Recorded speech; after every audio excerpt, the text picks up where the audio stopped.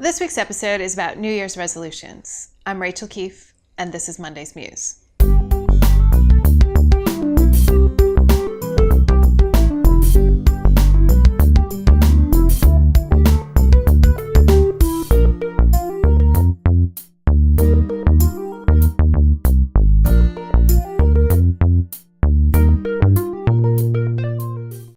Happy New Year! I bet many of you have made New Year's resolutions and some of you have already broken them. To be honest, I haven't given it a thought until today. What made me think about New Year's resolutions is the article that I read about the women who are going to wear black at Sunday night's Golden Globes. And the reasons for that, the way that they want to make an active statement about women's bodies being their own and not for other people's use and abuse, in support of the Me Too and Time's Up movements. You might be wondering what this has to do with New Year's resolutions. Well, it occurred to me that many people make resolutions that focus on their bodies. Losing weight, getting in shape, eating healthier, all of those things that somehow tell us that we are not good enough, that our bodies are not good enough. Now, it's great to want to get healthier, but often the problem doesn't lie with our bodies so much as it lies with the way we think about them.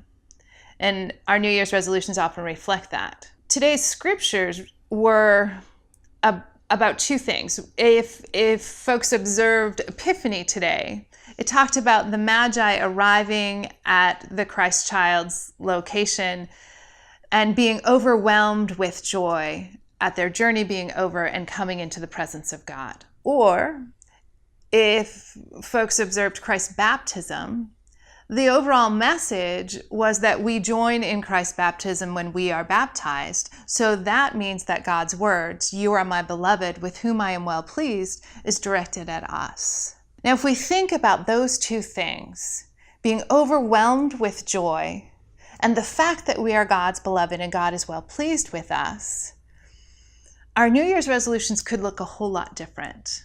What if our resolution was to claim our place as God's beloved, to look for that overwhelming joy in the presence of God?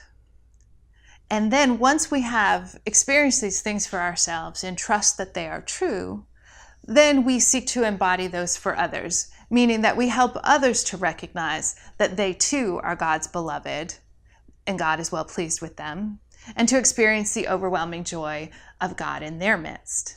Our New Year's resolutions would be much easier to keep if our primary purpose was treating ourselves and all those we encountered as beloved children of God.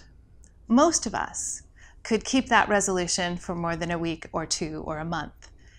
Granted, there are days when we won't be able to do it, and that's what grace and forgiveness are for, and we begin again. So will you join with me in making your resolution for this year to be treating yourself and your neighbors as God's beloved and sharing the joy, the overwhelming joy in the presence of Christ? Happy New Year. Thanks for joining us, and we'll see you next week.